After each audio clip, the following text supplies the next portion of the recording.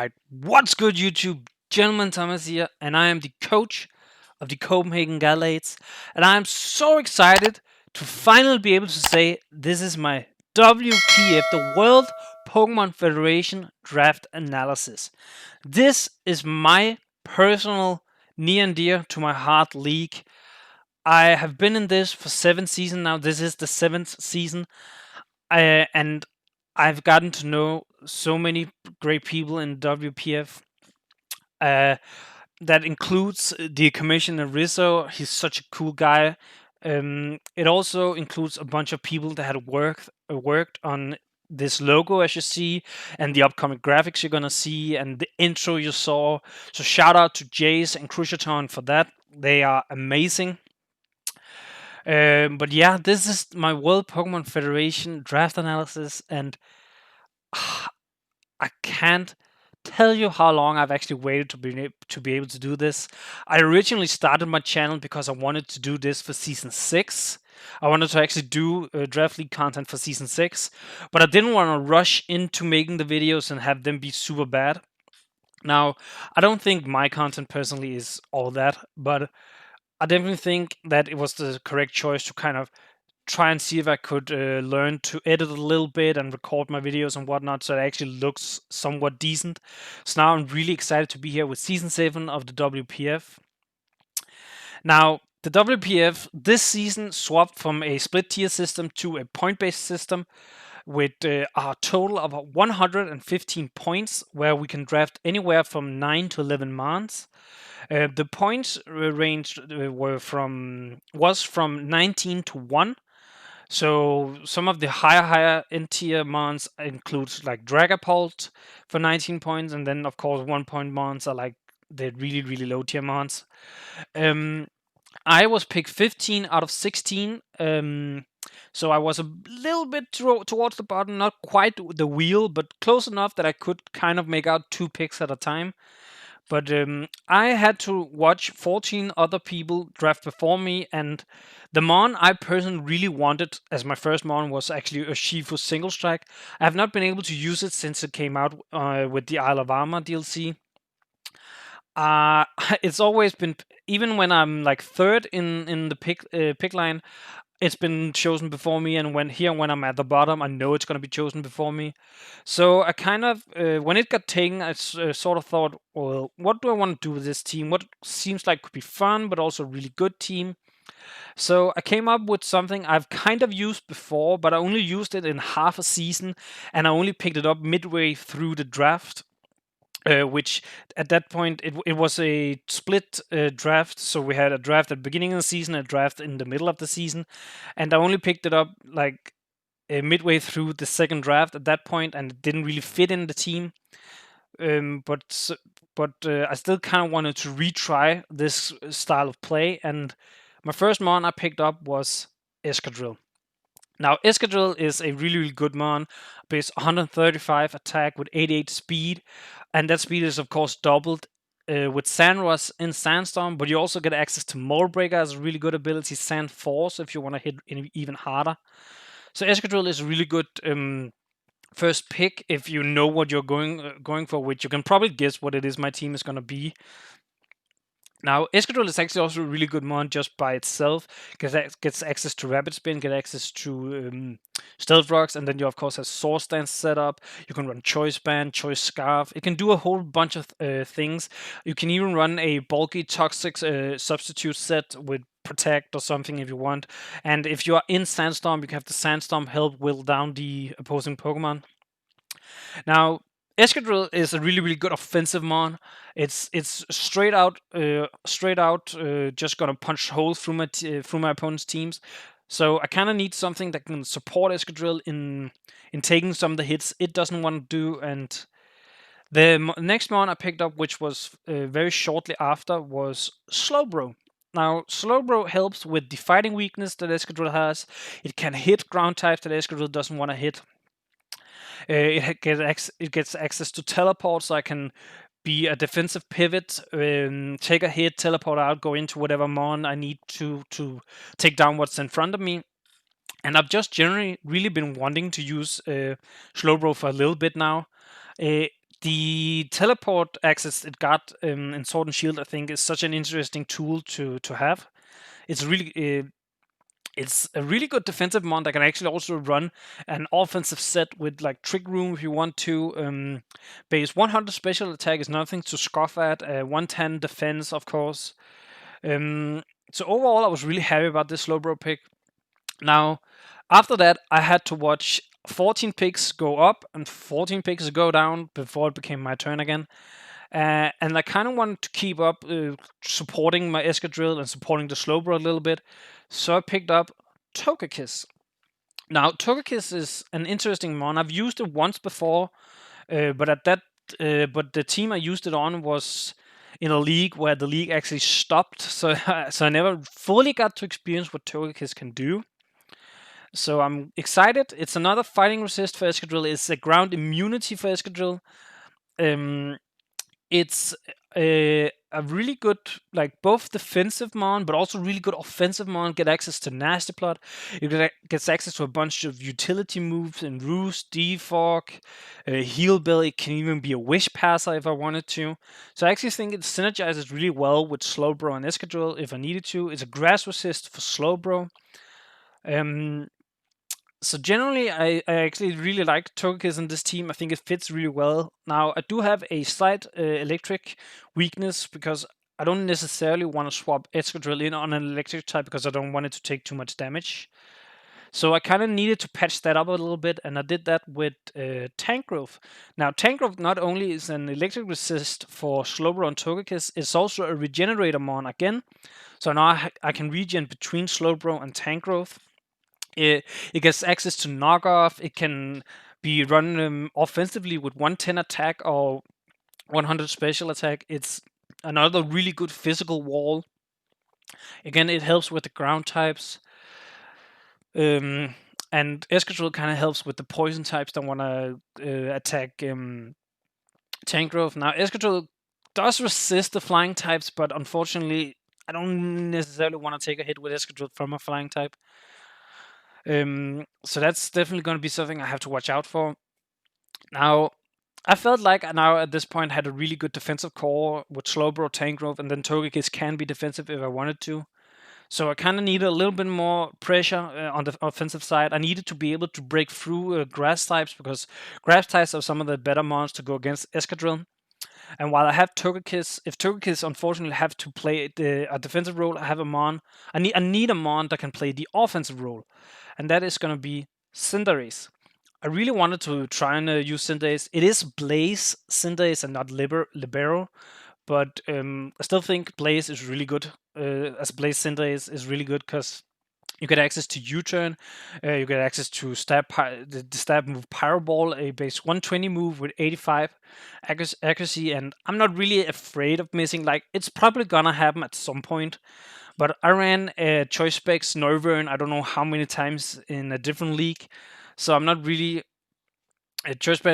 Choice Specs Noivern with Hurricane in a different league, so I'm not too worried about missing Power Balls. If it happens, it happens. Cinderace actually also gets access to a really niche move that only it has access to, and that is Court Change.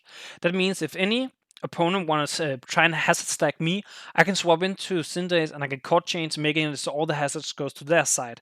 That means I don't necessarily have to bring hazards myself. I can just swap hazards, but it also makes it so my opponent can't just throw up hazards against me like it's a party for them. So I really think Cinderace fits really well in this team. It helps breaks down some of the mons I couldn't break before. And I kind of wanted to continue on this trend with having a couple of breakers on the team. And I kind of want to finish out the regenerator cord a little bit. So I picked up Mienshao. Now, Mienshao get access to Regenerator, but it also gets access to Reckless, which is a really good ability with High Jump Kick. And then Inner Focus became a really amazing ability in this gen just because you can be intimidated. So that means if I go for Sword Stance, my opponent can't intimidate me down with Inner Focus. And of course, I can't be flinched, which is what Inner Focus was known for before. So that actually means a Sword Stance sweeping set with Mienshao can be really good. for this team. It's another pivot with U-turn. I can run a special Mian shot if I want to, so it gives me a little bit more special offensive presence if I have to do if I have to use that. Now, Mian Xiao is mostly gonna be like physically offensive and just break through my opponent's team slowly but surely, and then maybe Escadrille comes in and clean up, or Cinderace comes in and clean up, or Mian Xiao is the cleaner itself. Now, uh, with the theme of my team, I kind of wanted a mon that fit in the theme, but also is just unusual for me personally to have drafted before, and that is Dracozolt. I've never used Dracozolt before. I've actually never thought about using Dracozolt until I saw it and was like, you know what? Let me try this, because Dracozolt gets access to Sandrush the same as Escadrille. So now I have two abusers, but not only that, Dracozolt helps me break down water types. Water types was at this point probably the typing I had the most trouble trying to break down. I had Tank Growth, but Tank Growth isn't necessarily going to be ran offensively enough so it can break through water types. But here I have Dracozolt. If I Bolt Beak and I'm faster than the opposing Pokemon, Bolt Beak actually does double damage, which is really, really good when it's combined with Sandrush. Now, the thing about Dracozolt is typically you will run Hustle, which would boost the attack, and I could still run Hustle if I want to, try and surprise my opponent. But getting access to Sandrush definitely takes a little bit of the offensive pressure off, but at the same time, I get to outspeed my opponent. And it's another pivot for my team with Volt Switch. It also gets a couple of niche moves, like you can Thunder Wave, you can do a couple of stuff with Dracozolt, so I'm really excited to use it. Now, towards the latter half of my team, which I'm now gonna be in, I had to save some points here and there, and I've kind of developed like not a fairy weakness, but I didn't really have a strong resist to fairy. Like Escadrille isn't the bulkiest bulky mon. Like it can be bulky, but it's not the most. It doesn't want to take the hits. Cinderace isn't really that strong against fairy types. Like yeah, it can hit them, but they can also hit it really really well. So I needed something that could take a hit or two, and that something was Garbodor. Now, Garbodor not only is really decent, I'm gonna say decent, fair resist, it's also a spike and T-spike user, which means I can now hazard stack my opponent if I need to. Having both potentially stealth rocks up and spikes, and maybe even T-spikes against my opponent with my team, where I can pivot out and force them to pivot out, can really whittle down my opponent's team. Garbodor also gets access to a couple of other really niche moves. Haze, to kind of make sure my opponent doesn't set up on me. I'm pretty sure it gets taunt. I wish it got knockoff. It unfortunately doesn't. I really wish it got knockoff. But yeah, I think for a 5-point mon, Garbodor is not a bad pickup. Now, I kind of didn't know what I wanted. I had one mon I knew I wanted, but also knew it wasn't going to get picked up, so I wanted to wait until the very end to take it. Now, so that meant that I kind of looked through the tiers, looked what's available, what do I think could be interesting, and I did lack a little bit of removal. Like I have Escadrille, I have Togekiss, and technically I have Cinderace, but I wanted a little bit of removal. I wanted another mon that can kind of help with water types, and that was Cryogonal. Cryogonal gets access to Freeze Dry, which is super effective on water type. It's 4 times effective on water ground types, which Dracozolt cannot touch. So I think there's really good synergy there. It also gets access to both Rapid Spin and Defog, and it can be both of those removals can actually be used depending on which opponent you're going against. If you think the opponent is going to have screens, you can run Defog to get rid of them. If you just want to get rid of Hazard but don't want to get rid of your own, you can run Rapid Spin. It also gets access to recover, so it can be a really good special wall. It has a 135 special defense. So even though it's an ice type and that's not a good defensive typing, if I go against like a water type or grass type or something that hits on the special side that's not super effective, I don't have to worry too much. I can most likely take the hit unless they are, of course, set up. And I can hit back. Cryogonal, funny enough, actually does get access to knockoff. I did not know this when I drafted it, but I saw it afterwards, and I thought that was just perfect. Like a knockoff, freeze strike, recover, rapid spin set. That sounds really good. That sounds like a good generic set you can run.